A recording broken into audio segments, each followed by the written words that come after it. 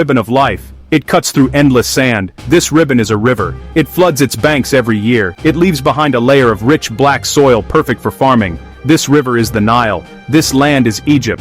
Everything begins here, with this water and this mud. Without the Nile, there would be no pharaohs, no pyramids, no empire. The river was not just a source of water, it was the engine of civilization. It provided the food that allowed populations to grow, the stability that allowed villages to become towns, the highway that connected them all. The rhythm of life was the rhythm of the river. Flood, plant, harvest. Each summer, waters from the African highlands swelled the river, spreading fresh, fertile silt.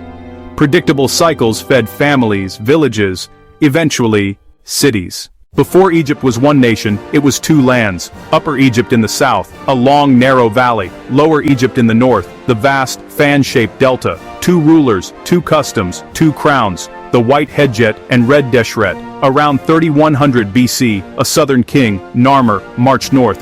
The Narmer palette shows him wearing the white crown, subduing the north. On the other side, red crown, order established. More than record, political propaganda. A declaration, two lands, one king, symbolized by the Shent, the double crown. Memphis rose at the junction, power radiating up and down the Nile. Force alone wasn't enough, ideology bound it together. The king as Horus, divine on earth, above all mortals. To disobey the king was to defy the gods. Divine status justified control. Land, resources, people.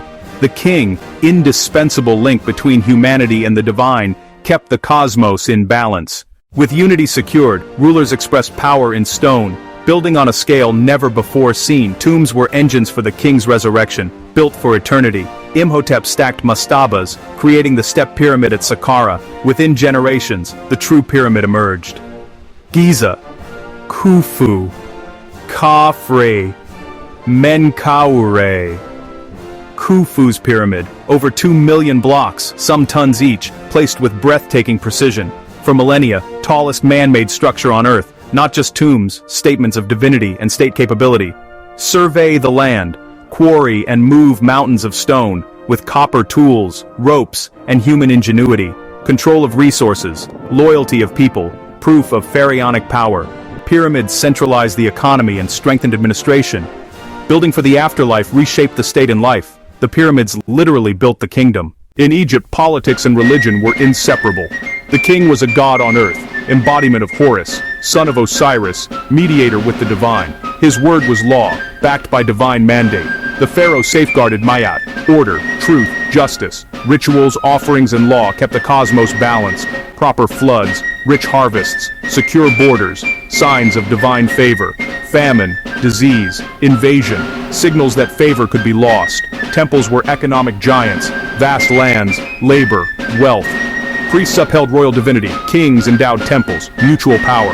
Public art reinforced ideology daily. The stability of the cosmos rested on the pharaoh's shoulders. So believed millions on the Nile. No system is permanent.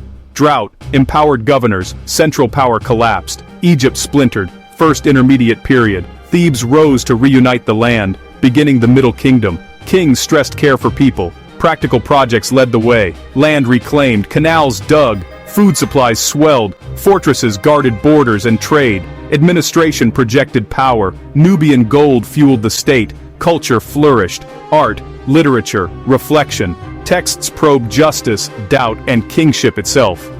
A thoughtful, organized, mature state, reborn from division.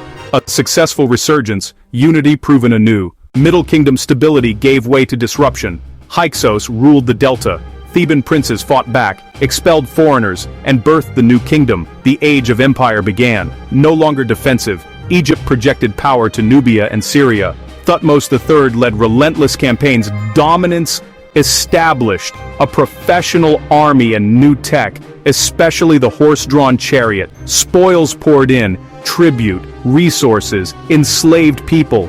Gold, silver, copper, timber, fuel for an epic building boom. Hatshepsut, Akhenaten, Tutankhamun, Ramses II. Temples rose at Karnak and Luxor. Tombs filled the Valley of the Kings. Life turned cosmopolitan. Courts glittered. Diplomacy flourished. Great kings corresponded as equals.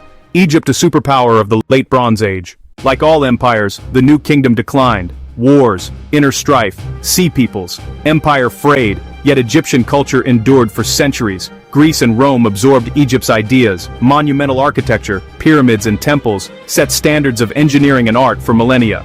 Writing enabled bureaucracy, preserved history, literature, and belief. Advances in medicine, mathematics, astronomy passed to others. The nation-state itself found early form on the Nile. The Nile gave food, wealth, transport, but leaders harnessed it. Religion, architecture, and military bound millions to a common purpose. Focus built pyramids and empires. Failure fractured the